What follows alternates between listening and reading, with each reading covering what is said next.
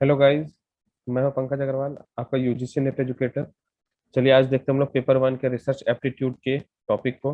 इसमें हम लोग देखेंगे मीनिंग, टाइप, कैरेक्टरिस्टिक और बहुत कुछ इसमें। चलिए स्टार्ट करते हैं। सबसे पहले लिखा हुआ है definition of research. Research is the logical and systematical research, systematical search for new and useful information on a particular topic. कहने का मतलब यह है कि रिसर्च है क्या। तो लॉजिकल और सिस्टमैटिकल सर्च है किसी भी यूजफुल इंफॉर्मेशन का किसी पर्टिकुलर टॉपिक में। इसी को क्या कहते हैं, रिसर्च कहते हैं। तो कोई चीज लॉजिकल या सिस्टमैटिक सर्च को ही क्या कहा जाता है, रिसर्च कहा जाता है। प्राइम ऑब्जेक्टिव क्या है, इसको क्यों रिसर्च को क्यों करते हैं लोग। तो डिस्कवर न्यू फैक्ट्स। यहाँ पे देखिए क्या है।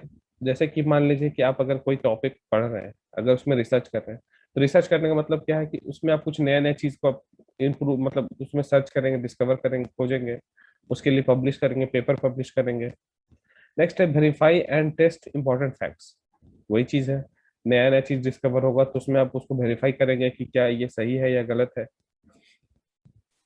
टू एनालाइज एन इवेंट और प्रोसेस और phenomena to identify the cause and effect relationship. तो कोई भी चीज का आप अगर रिसर्च करेंगे तो उसका प्राइमरी गोल क्या है, कोई नया चीज खोजना, उसके बारे में, उसका फिनोमेना क्या है, उसका प्रोसेस क्या है, इसके बारे में बताना, कुछ नया चीज जो मिला है उसका कॉज एंड इफेक्ट सर्च करना। to develop new scientific tool, concept, theories to solve, understand scientific and non-scientific problems। Scientific और नॉन साइंटिफिक, जैसे कि मान लीजिए अगर कोई फिजिक्स में कोई रिसर्च कर रहा है तो वो साइंटिफिक हो सकता है, लेकिन कुछ ह्यूमन ह्यूमनिस्टिक सब्जेक्ट्स होता है उसमें रिसर्च होता है तो वो नॉन साइंटिफिक प्रॉब्लम्स होता है। To find solution to scientific, non scientific and social problem and to overcome और solve the problems occurring in everyday life. तो ये हमारा प्राइम ऑब्जेक्टिव है रिसर्च को करने के लिए। तो बस आप इसमें थियोरिटिकली याद रखिएगा क्या क्या पर्पस, एक्चुअली में क्या पर्पस है, हमारा ऑब्जेक्टिव क्या है किसी भी तरह कभी भी रिसर्च करने का प्राइमरी ऑब्जेक्टिव क्या है। अब different types of research. Research का बहुत सारा टाइप है जिसमें से कुछ टाइप दिया गया है। पहला है डिस्क्रिप्टिव वर्सेस एनालिटिकल, यानी एक रिसर्च है जो डिस्क्रिप्टिव है और दूसरा एनालिटिकल है। एक रिसर्च है अप्लाइड है और फंडामेंटल है। एक रिसर्च क्वांटिटेटिव एंड क्वालिटेटिव है, कॉन्सेप्चुअल है एंड इम्प्रिकल है। चलिए देखते हैं वन बाय वन सबको। डिस्क्रिप्टिव वर्सेस एनालिटिकल रिसर्च में क्या है, डिस्क्रिप्टिव रिसर्च किसको कहते हैं उसके बारे में लिखा हुआ है। Descriptive research consist of surveys and fact finding inquiries of different types. कहने का मतलब डिस्क्रिप्टिव रिसर्च क्या है, सर्वे करना है किसका, फैक्ट फाइंडिंग इंक्वायरीज का, अलग अलग टाइप का। The main objective of descriptive research is describing the state of affairs as it prevails at the time of study। नाम से ही आप समझ सकते हैं कि डिस्क्रिप्टिव है, मतलब डिटेल्ड में है सब कुछ। The term x factor research is quite often used for describe research studies in social science and businesses। अब आपसे पूछा जाएगा एक्स फैक्टर रिसर्च किससे रिलेटेड है, ये ऑब्जेक्टिव क्वेश्चन बनेगा यहाँ पे। एक्स फैक्टर रिसर्च किससे रिलेटेड है, तो आप याद रखिएगा डिस्क्रिप्टिव रिसर्च से रिलेटेड है। तो डिस्क्रिप्टिव रिसर्च का मतलब ही है जिसके बारे में डिस्क्राइब वे में बहुत बड़े तरीके से, बहुत क्या कहते हैं उसको, एलेबोरेटली जो एक्सप्लेन किया गया है उसी को, उस तरह का रिसर्च को क्या कहा जाता है, डिस्क्रिप्टिव रिसर्च कहा जाता है। Next analytical research. The research has to use already available facts और the information and analyse them to make a critical evolution for the subject. जैसे कि मान लेते हैं कोई चीज है, जैसे कि मान लीजिए केमिस्ट्री में पीरियोडिक टेबल है, आपको पता होगा पीरियोडिक टेबल ऑलरेडी एग्जिस्ट कर रहा है। अब उस पीरियोडिक टेबल में कोई नया साइंटिस्ट आया और कुछ अच्छे से उसको और अरेंज कर दिया एलिमेंट्स को, तो जो ऑलरेडी फैक्ट प्रूव किया हुआ है उसमें से कुछ और नया चीज निकाल के लाना ही क्या कहलाता है, एनालिटिकल रिसर्च कहलाता है। ये लिखा हुआ the research has to use the already available facts और the information and analyse them to make critical evolution of the subject. जैसे कि मान लीजिए कंप्यूटर साइंस में है, कोई भी मशीन क्या कोई भी प्रॉब्लम का एल्गोरिदम ऑलरेडी अवेलेबल है बहुत सारे का, कुछ का अवेलेबल नहीं भी है। तो जो एल्गोरिदम अवेलेबल है अगर उससे बेहतर एल्गोरिदम कोई बना दे तो क्या कहलाएगा, वो एनालिटिकल रिसर्च कहलाएगा। वो पुराने फैक्ट्स को लेके, पुराने एल्गोरिदम को यूज करते कोई नया बेहतर एल्गोरिदम बना दे तो वो क्या हो जाएगा, एनालिटिकल रिसर्च कहलाएगा। नेक्स्ट है applied versus fundamental research. Applied versus fundamental research. Applied क्या है ये समझते हैं। An attempt to find a solution to an immediate problem encountered by a firm, an industry, a business organisation और a society is known as applied research. यहाँ पे लिखा हुआ find a solution to an immediate problem encountered by firm या company या industry. कोई भी immediate problem को अगर सॉल्व करना हो और उस पे कोई रिसर्च करना हो, उसको क्या कहा जाता है? Applied research. अप्लाइड रिसर्च कहने का मतलब जो एप्लीकेबल है, जिसको हम लोग अप्लाई करके इंप्रूव कर सकते हैं चीजों को, उस तरह के रिसर्च को क्या कहा जाता है? अप्लाइड रिसर्च कहा जाता है।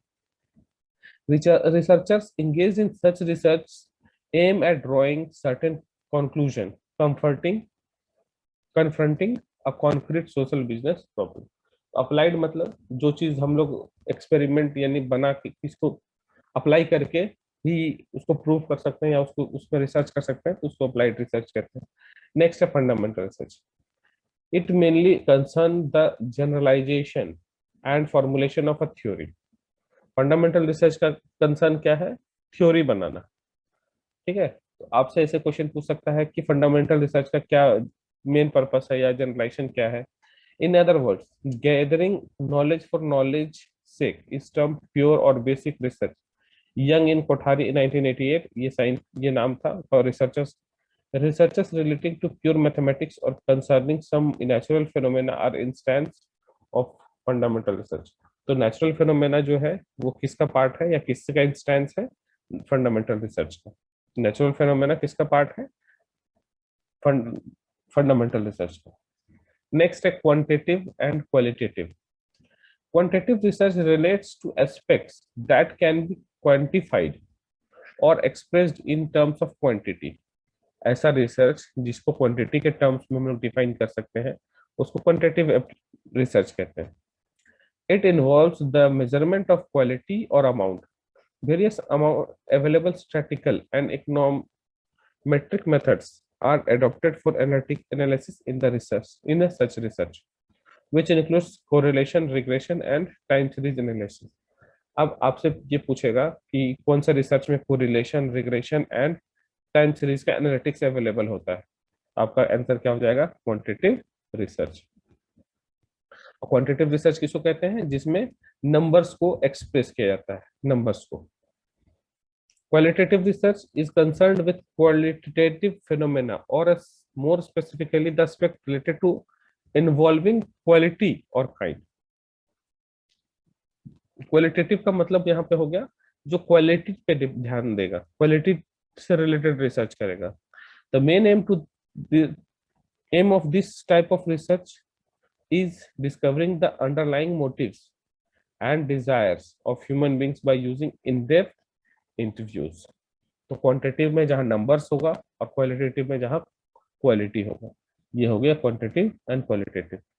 नेक्स्ट है conceptual empirical.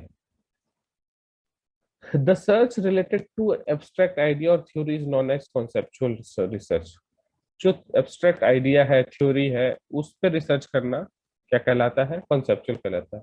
Philosophers and thinkers are use it for developing new concepts और for reinterpreting existing one. कहने का मतलब जो चीज ऑलरेडी है और उसको फिर से रीडिफाइन करना या री इंट्रोड्यूस करना क्या कहलाता है? कॉन्सेप्चुअल रिसर्च कहलाता है। Empirical exclusively relies on the observation or experience with hardly any regard for theory and system। Such research is data-based, which often comes up with conclusion that can be varied through experiment or observation। कहने का मतलब मान लीजिए कि population को ले लेते हैं। पॉपुलेशन जो हमारे कंट्री का है इंक्रीज हो रहा है, तो क्या है? एक तरह का एम्पिरिकल है जहां पर हम लोग डेटा पे ही सिर्फ काम करते हैं। या पोवर्टी पे रिलेटेड अगर कोई रिसर्च हो रहा हो, तो वहां पे हम लोग हर किसी के घर में पोवर्टी जाके हम लोग मेजर तो नहीं कर सकते, ना इसका कोई परफेक्ट मीटर आज तक है बना हुआ कि किसी का पोवर्टी मेजर हो। तो इसी चीज को क्या कहते हैं? जहाँ पे सिर्फ डेटा पे और डेटा फैक्ट पे काम कर रहा हो, उसी को कहा जाता है empirical. Empirical research also known as experimental type of research in which the important to first collect the facts and their sources and actively take steps in stimulate production of desired information। अभी क्या है इसमें? वही जो example दिए poverty वाला, poverty का कोई पैरामीटर तो नहीं बना अभी तक। इसमें क्या होता है कि आज अगर और पोवर्टी को एलिवेट करना है, तो मान लीजिए कि इकोनॉमिक्स से रिलेटेड अगर कोई चीज हम अप्लाई कर रहे हैं, तो इसका जो होता है एक्सपेरिमेंटल होता है, क्योंकि ये जरूरी नहीं है कि मान लीजिए कि अगर आप इकोनॉमिक्स में थोड़ा सा नॉलेज रखते हैं तो CRR को बढ़ा दिया जाएगा, तो मार्केट से जो पैसा है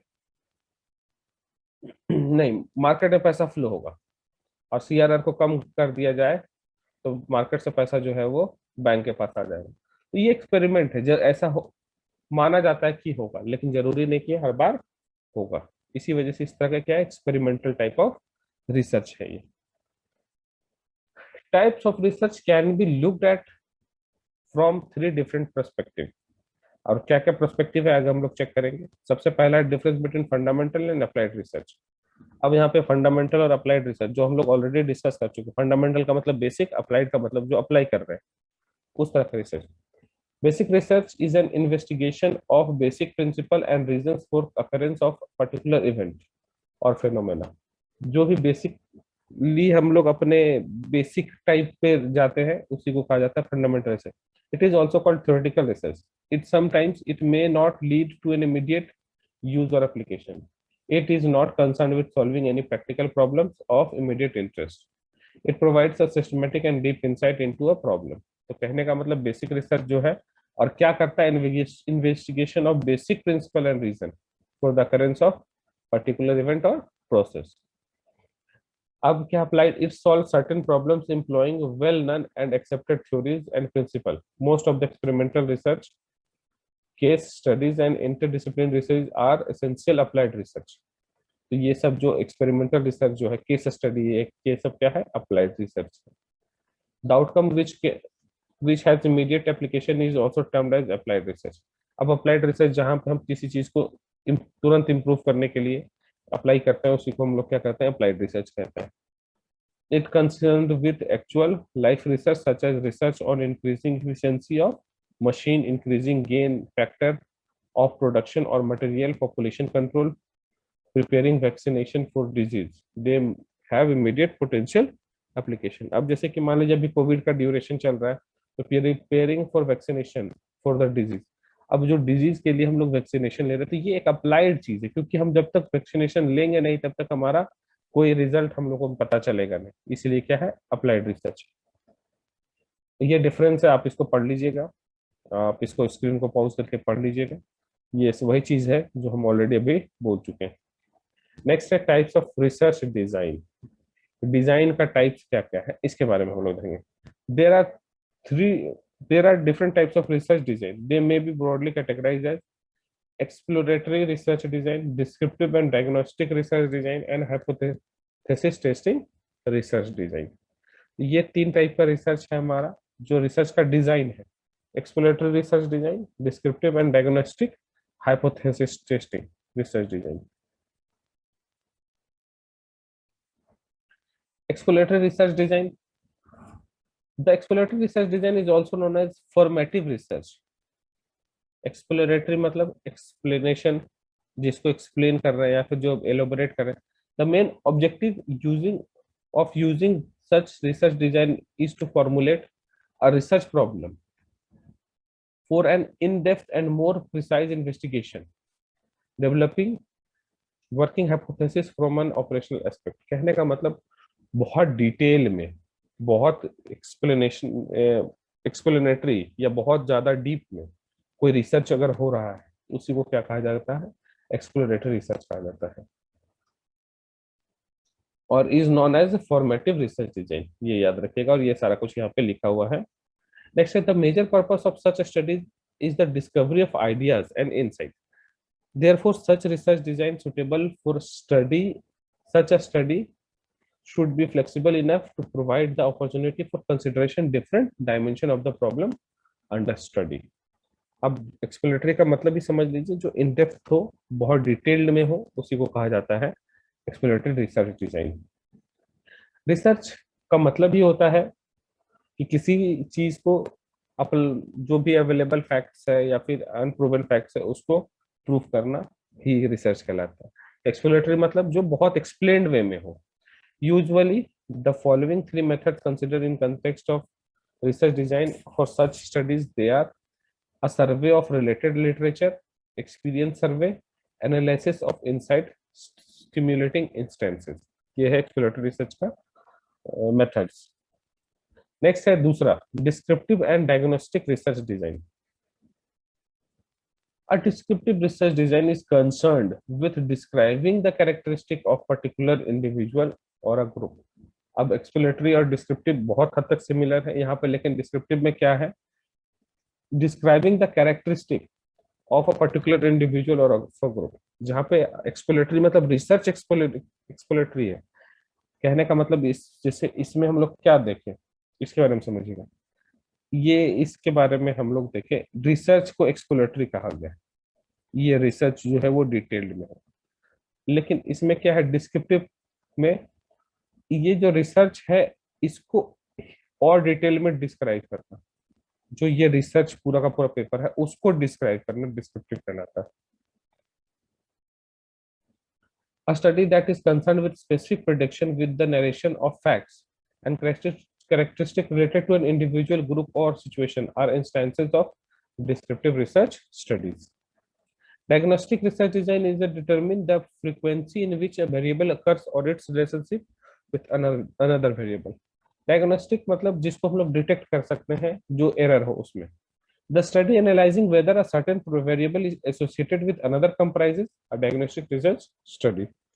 कहने का मतलब ये है कि मान लेते हैं कि डायग्नोस्टिक का मतलब, मान लीजिए कोई वैल्यूज को हम लोग चेक कर रहे हैं, तो वैल्यूज उसमें है, अगर मान लीजिए कि सपोज कर ले कि कोई रिसर्च में एप्लीकेशन डिजाइन हुआ, एज एंटर करना है, अब एज की जगह में कोई अल्फाबेट एंटर कर देता है, तो अल्फाबेट तो एज कभी भी नहीं हो सकता, तो क्या हो जाएगा वहां पे, जब अल्फाबेट कोई डाल के देखेगा चेक करेगा तो वो गलत बताएगा। तो इसी चीज को कहा जाए यहाँ पे डायग्नोस्टिक, मतलब यहाँ पे जो एक्सेप्ट करेगा वो नंबर ही करेगा, कुछ और एक्सेप्ट नहीं करेगा, इसी को क्या कहा गया, diagnostic. Next, hypothesis testing research. Hypothesis testing research design are those in which the researcher tests the hypothesis of the causal relationship between two or more variables. दो या दो से अधिक, ध्यान रखिएगा इस तरह का डेफिनेशन जो सीधा सीधा है बस यही याद रखिएगा, इससे ज्यादा कुछ नहीं, और इसी से क्वेश्चन बनेगा तो बनेगा, अदरवाइज क्वेश्चन नहीं बन सकता इसमें। तो यहाँ पे क्या है, researcher test the hypothesis of causal relationship between two or more variable, दो या दो से अधिक वेरिएबल के बीच में जो कैजुअल रिलेशनशिप है उसी को क्या कहा जाता है, hypothesis test research design. These studies require procedures that would not only decreases bias and enhance reliability, ये biasness को कम करता है और reliability को बढ़ाता है, but also facilitate deriving inferences about the causality. Generally, experiments satisfy such requirements. Hence, the research design is discussed in such studies is often refers to design of experiment. अभी hypothesis को क्या कहा जाता है, design of experiments. Next है concept relating to research design. Already हम लोग इसका चीज डिस्कशन कर चुके हैं, लेकिन इसमें जो लिखा है इसको पढ़ लीजिए। Research design helps to decide upon issues like what, when and where, how much, what means, concerning an inquiry or research study. अब रिसर्च डिजाइन को हम लोग स्टडी क्यों करते हैं, इसीलिए कि हमको क्या करना है, उसमें क्या अमाउंट इन्वेस्ट करना है या क्या अमाउंट लगाना है, क्या करना है, कब करना है, ये सब कुछ इसमें बताया जाता है। A research design is arrangement of condition for collection and analysis of data in a manner that aims to combine relevance to the research purpose with economy in procedure. Research design is a conceptual structure within which research is conducted. अभी क्या है conceptual structure, research design क्या है, conceptual structure है जिसके अंदर research को complete करना है या रिसर्च होता है। जैसे कि रिसर्च डिजाइन क्या है, एक वर्चुअल बाउंड्री है जिसके अंदर क्या होगा, रिसर्च होगा सारा। It constitutes the blueprint for the collection, measurement and analysis of data. यहाँ पे एनालिसिस ऑफ डेटा यानी मेजरमेंट कलेक्शन होता है, सारा का सारा चीज में पॉसिबल होता है। नेक्स्ट है एक्सट्रेनियस वेरिएबल्स। अब जो रिसर्च हो रहा है उसमें क्या क्या हम लोग जो एक्सेप्ट कर रहे हैं, चीजों को ले रहे हैं, उसी में से एक आ रहा है extraneous variable. The independent variables which are not directly related to the purpose of study but affect the dependent variables, also known as extraneous variable. कहने का मतलब extraneous variable जो है डायरेक्टली रिलेटेड नहीं होता किसी पर्पस के लिए, लेकिन अफेक्ट द डिपेंडेंट वेरिएबल जो, लेकिन ये अपने से जो डिपेंडेंट वेरिएबल होगा उसे अफेक्ट कर जरूर करता है। इसको एक बार फिर से पढ़ लीजिए।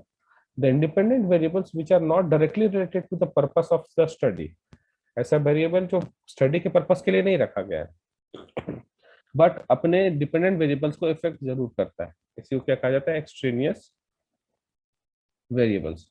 Assume that researcher wants to test a hypothesis that there is relationship between children's school performance and their self confidence, in which case the latter is an independent variable and the former, latter and former a dependent variable। latter and former कहने का मतलब पहले और बाद में क्या performance रहा। a dependent variable in context of intelligence may also influence school performance। School performance को कौन मतलब इफेक्ट कर सकता है, तो इसका इंटेलिजेंस कर सकता है।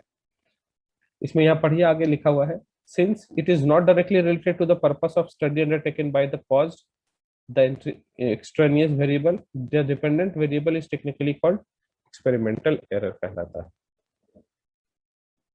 तो कहने का मतलब एक्सट्रेनियस एरर वेरिएबल क्या है, तो ये डायरेक्टली रिलेट नहीं करता किसी रिसर्च में, लेकिन इससे डिपेंडेंट वेरिएबल को ये इफेक्ट करता है। जैसे मान लीजिए इस एग्जांपल लिया गया है, मान लीजिए कोई बच्चा स्कूल में एडमिशन ले रहा है, उस समय टेस्ट दिया, और एक होता है आफ्टर 2 मंथ्स दूसरा टेस्ट दिया, इसका परफॉर्मेंस और इसका परफॉर्मेंस को कंपेयर किया सकता है। इसका जो रिजल्ट है और इससे जब कंपेयर करेगा तो ये जरूर एक दूसरे को इफेक्ट करेगा कि यहाँ पे मान लीजिए बहुत अच्छा परफॉर्मेंस था, गुड परफॉर्मेंस एंट्रेंस के समय, लेकिन इस यहाँ पे पढ़ने के बाद इन जो परफॉर्मेंस है वो पुअर हो गया। तो ये एक दूसरे से रिलेट नहीं कर रहा है, एक दूसरे परफॉर्मेंस से कोई रिलेशन नहीं, लेकिन एक दूसरे को इफेक्ट कर रहा है। इसी को क्या कहा जाता है, एक्सट्रेनियस वेरिएबल कहा जाता है। A research study should always be framed in such manner that is influence for extraneous variable on the dependent variable is completely controlled and influence of the independent variable is independent. Next, a control. One of the most important feature of good research design to minimize the effect of extraneous variable. Extraneous variable की चीज को minimize करना. Technically, the term control is used when research design the study in such manner that minimizes the effects of extraneous variable। तो control क्यों किया जाता है, extraneous variable के इफेक्ट को, प्रभाव को कम करने के लिए कंट्रोल की यूज किया जाता है। The term control is used in experimental research to reflect the restraint in experimental condition। experimental condition में restrain करना कंट्रोल कहलाता है। Next, research hypothesis. When a prediction or a hypothesized relationship is tested by adopting scientific methods, it is known as research hypothesis। अब क्या है यहाँ पे, एक prediction is tested by adopting scientific methods. कोई भी प्रिडिक्शन को अडॉप्ट किया जा रहा है, कैसे, साइंटिफिक मेथड से, उसको क्या कहा जाता है, रिसर्च हाइपोथेसिस कहा जाता है। The research hypothesis is a predictive मतलब इमेजिन करना, statement which relates the dependent variable and independent variable। A research hypothesis must consist of at least one dependent variable and one independent variable। अब आपको याद समझना है यहाँ पे कि इंडिपेंडेंट और डिपेंडेंट वेरिएबल किस में होता है, तो रिसर्च हाइपोथेसिस में होता है। The relationship that are assumed but not to be tested are predictive statements that are not to be objectively verified, thus not classified as a research hypothesis। तो research hypothesis क्या है, इसके बारे में है ऐसा prediction जिसको scientific method से टेस्ट किया जाता है, उसको क्या कहा जाता है, रिसर्च हाइपोथेसिस कहा जाता है। नेक्स्ट है treatments, refers to the different condition to which the experimental and control groups are subject to। In the example, consider two treatments of the parrots with regular earnings and those with no regular earnings। A research study attempts to examine through an experiment the comparative effect of three different types of fertilizers on the yield of rice crop। Then the three types of fertilizer would be treated as 3 treatments. अब इसको treatment कहने का मतलब यहाँ पे ऐसा समझिए, मान लेते हैं कि ये जो एग्जांपल दिया है कि मान कोई पैडी फील्ड है, धान की खेती कर रहा है कोई, अगर मान लेते हैं इसमें एक्स नाम का फर्टिलाइजर डाला, इसमें वाई नाम का, इसमें जेड नाम का, अगर ये ज्यादा ग्रो हो रहा है तो ये जो है वो बेहतर है, ये कह सकते हैं। फर्टिलाइजर ये कम ग्रो कर रहा है, ये एकदम ग्रो नहीं कर रहा है, ये ट्रीटमेंट हो गया जिससे हम लोग क्या कर सकते हैं, किसी चीज को इम्प्रूव कर सकते हैं, अच्छा कर सकते हैं। इसी चीज को यहाँ पे ट्रीटमेंट कहा गया है। Experiment, experiment refers to the process of verifying the truth of statistical hypothesis relating to a given research problem। Experiment का मतलब है कि वैल्यूज को देना है और उस वैल्यूज को एक्सेप्ट कराना है और चेक करना है कि क्या ये सही है या नहीं। एक्सपेरिमेंट क्या है, वैल्यूज को। For instance an experiment may be conducted to examine yield of a certain new variety of rice crop develop. अब यहाँ पर राइस क्रॉप का एग्जांपल लिया है तो आप राइस क्रॉप से समझ सकते हैं। एक्सपेरिमेंटल यूनिट्स, यहाँ पे ये ध्यान रखिएगा, experimental unit refers to the predetermined plots characteristic of the blocks to which different treatments are applied. It is worth mentioning here that such experimental units must be selected with great cautions। तो यहाँ पे है experimental refer verifying the truth of statical hypothesis relating to a given research problem. इसी को experiment कहते हैं। Experiment जो truth को वेरीफाई कराता या करता हो। What is hypothesis and discuss the characteristic of hypothesis. Hypothesis is may be defined as the proposition or a set of proposition set forth as an explanation for the occurrence of some specified group of phenomena, either asserted merely as a provisional conjecture to guide some investigation in the light of facts। कहने का मतलब क्या है, defined as a proportion or a set of proportions set forth as an explanation for the occurrence of some specified group or phenomena, either asserted merely as a provisional conjecture to guide some investigation in the light of facts। यहाँ पे क्या है, proposition है जो किसी चीज को provisional conjuncture को गाइड करना, इन्वेस्टिगेट करना किसी फैक्ट के अंदर, उसी को कहा जाता है हाइपोथेसिस।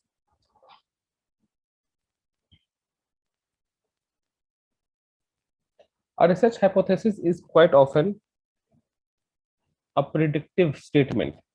हाइपोथेसिस रिसर्च क्या है, एक प्रिडिक्टिव स्टेटमेंट है which is capable of being tested using scientific methods that involve an independent and some dependent variables। ये थ्योरेटिकल पोर्शन है सारा का सारा, आप जितना ज्यादा इसको समझेंगे पढ़ेंगे आपको हेल्प करेगा।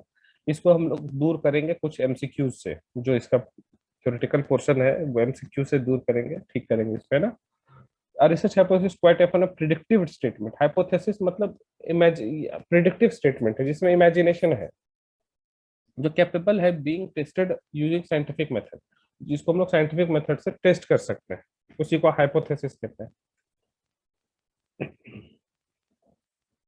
characteristic of hypothesis, hypothesis must be precise and clear। यहाँ पे जो इतना ये लिखा हुआ है, अब इसके बाद उसका एक्सप्लेनेशन है। hypothesis must be precise and clear, hypothesis must be capable of being put to test। hypothesis ऐसा होना चाहिए जो टेस्ट किया जा सके। hypothesis must state the relationship between two variables। दो वेरिएबल के बीच में कोई रिलेशनशिप हो उसको स्टेट करता हो, उसको बताता हो, प्रूफ करता हो। A hypothesis must specify the limited in scope। Hypothesis जो है वो स्कोप के बारे में भी स्पेसिफाई करता हो। ये सब कैरेक्टरिस्टिक है हाइपोथेसिस का। नेक्स्ट है, hypothesis must be stated in the simplest language to make it understood by all concerned. Hypothesis जो होना चाहिए वो सिंपल लैंग्वेज में होना चाहिए ताकि सब कुछ समझ पाए। Hypothesis must consistent and derive from most non facts. जो हाइपोथेसिस है वो नॉन फैक्ट से डिराइव होना चाहिए, कुछ एक्स्ट्रा ऑर्डिनरी नहीं होना चाहिए। Hypothesis must be amenable to testing within a stipulated or reasonable period. तो जो है हाइपोथेसिस क्या है, उसको टेस्ट करना है स्टिपुलेटेड एंड रीजनेबल पीरियड में, मतलब रीजनेबल ड्यूरेशन में उसको टेस्ट करना है, जो भी टेस्टिंग होगा उससे रिलेटेड, या उसका वैलिडिटी जब चेक होगा। Next, hypothesis should state the facts that give rise to necessity of looking for an explanation। और जो जिसमें एक्सप्लेनेशन का जरूरत है वो हाइपोथेसिस में एक्सप्लेनेशन भी देना है।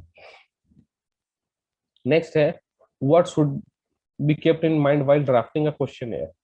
जब भी रिसर्च करते हैं तो क्वेश्चनेयर भी होता है उसमें। Questionnaire is widely used for data collection in social research in a reasonably fair tool gathering data from large diverse varied and scattered social group। कहने का मतलब अलग अलग लोगों से, अलग अलग सोशल ग्रुप से, अलग अलग एरिया से जब हम लोग को कोई रिसर्च करते हैं, उसका वैल्यू लेना हो, उसका रिपोर्ट लेना हो, तो हम लोग क्या करते हैं, उसके लिए क्वेश्चनेयर बना के रखते हैं। The questionnaire is the media of communication between investigator and respondent.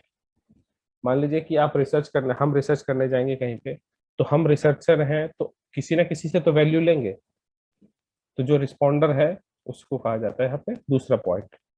तो क्या क्या ध्यान रखना है या क्या क्या पॉइंट्स होना चाहिए क्वेश्चनियर का, वो चीज हो देखिए यहाँ पे। इसमें याद रखिएगा क्वेश्चन ऐसा बनेगा कि क्वेश्चनियर का कौन सा एक प्रॉपर्टी है, आप इसमें से टिक करिए। Size of the questionnaire should be small. Questionnaire का जो साइज होगा वो स्मॉल होना चाहिए। Question should B clear. Question जो है वो क्लियर होना चाहिए। Question should be arrange in logical sequence. Questionnaire जो है वो लॉजिकल सीक्वेंस में अरेंज होना चाहिए। जैसे कि मान लेते हैं कि किसी चीज के बारे में अगर है, सब्जी बनाने का, सपोज एक एग्जांपल ले रहे हैं, हंसने वाला नहीं है ये, सिर्फ एग्जांपल। मान लीजिए कि अगर कुकिंग करना है वेजिटेबल यानी सब्जी बनाना है, तो क्या प्रोसेस हो सकता है। ऐसा तो नहीं है कि पहले गैस जला लेंगे, फिर सब्जी काटना स्टार्ट करेंगे, फिर सब्जी काट लेंगे, फिर उसके बाद बर्तन धोना शुरू करेंगे। ऐसा सीक्वेंस तो नहीं है। लॉजिकल सीक्वेंस क्या होगा, पहले बर्तन धो लेंगे, फिर सब्जी काटेंगे, फिर गैस जलाएंगे। तो इस तरीके से सीक्वेंस, तो ये लॉजिकल सीक्वेंस में भी होना चाहिए क्वेश्चनियर का जो क्वेश्चन है। Question should be simple to understand. Question should be comprehensive and easily answerable. Comprehensive मतलब अच्छे से समझ में आना चाहिए और आसान होना चाहिए आंसर करने के लिए। Questions of personal and sensitive nature should not be asked. अब किसी से कोई पर्सनल क्वेश्चन को नहीं पूछना है क्वेश्चनियर के अंदर। नेक्स्ट है टाइप्स ऑफ क्वेश्चन। दो टाइप का क्वेश्चन हो, एक टाइप का क्वेश्चन यहाँ पे दिया हुआ है। Short question are those whose possible answer are suggested by the framers of the questionnaire and the respondent is न required to tick one of them. कहने का मतलब ऑप्शनल क्वेश्चन, ऑब्जेक्टिव क्वेश्चन जब रहेगा, उस टाइप के क्वेश्चन को हम लोग कहते हैं शॉर्ट क्वेश्चन कहते हैं। शॉर्ट क्वेश्चन किस टाइप के क्वेश्चन कहते हैं, ऑब्जेक्टिव टाइप के क्वेश्चन कहते हैं। अब आता है ऑब्जेक्टिव टाइप के जो क्वेश्चन है, शॉर्ट को हम लोग ऑब्जेक्टिव भी कह सकते हैं, आप यहाँ पे नोट कर सकते हैं ऑब्जेक्टिव। तो सिंपल ऑल्टरनेट क्वेश्चन क्या है, जिसमें यस और नो में आंसर करना है, मतलब या तो है या तो नहीं है। ठीक है। अब इसका सीधा सीधा मतलब है, कैसे आपसे पूछा जाता है आप मैरिड हैं या अनमैरिड है। अगर मैरिड लिखा हुआ है तो यस और नो। आप अगर यस कर दिए तो यस, नो कर दिए तो नो। यही है सिंपल ऑल्टरनेट क्वेश्चन। नेक्स्ट है मल्टीपल चॉइस क्वेश्चन, जिसको हम लोग एमसीक्यू कहते हैं। मेरे टाइम्स भी, जैसे कि आप लोग एग्जाम दे रहे हैं, नेट का ही एग्जाम देंगे, तो एक, दो, तीन, चार ऑप्शन है, उसमें से एक को टिक करना है, उसी को क्या कहा जाता है, मल्टीपल चॉइस क्वेश्चन। नेक्स्ट है leading question should be avoided. Leading questions like why do you use a particular type of car, says Maruti car should be preferable by framed into two question। कहने का मतलब है कि ऐसा question नहीं होना चाहिए जो वे बेकार का क्वेश्चन हो। अब आप, जैसे कि आप कोई टूथब्रश यूज करते हैं तो क्लोजअप ही टूथपेस्ट क्यों यूज करते हैं, ये सब कोई क्वेश्चन नहीं है, इसीलिए इसको कहा गया leading question should be avoided. Cross check, the question should be so designed to as provide internal check on accuracy and information supplied by the respondent by including some connected question at least with respect to matters which are fundamental to inquiry. हमको जब question finally बन जाएगा तो एक बार cross check भी करना है जो क्वेश्चनियर बना रहा है, वही चीज यहाँ पे लिखा गया, should be design to provide internal checks on accuracy of information supplied by the respondents. तो इसमें इस वीडियो में इतना ही। यहाँ पे हम लोग रिसर्च और डिफरेंट टाइप्स ऑफ रिसर्च और उसका ऑब्जेक्टिव को देखें। नेक्स्ट वीडियो में रिसर्च के दूसरे वीडियो में हम लोग देखेंगे रिसर्च के एथिक्स को, स्टेप्स इन रिसर्च, ये सभी इसमें हम लोग देखेंगे। फिलहाल इस वीडियो में इतना ही। Thank you.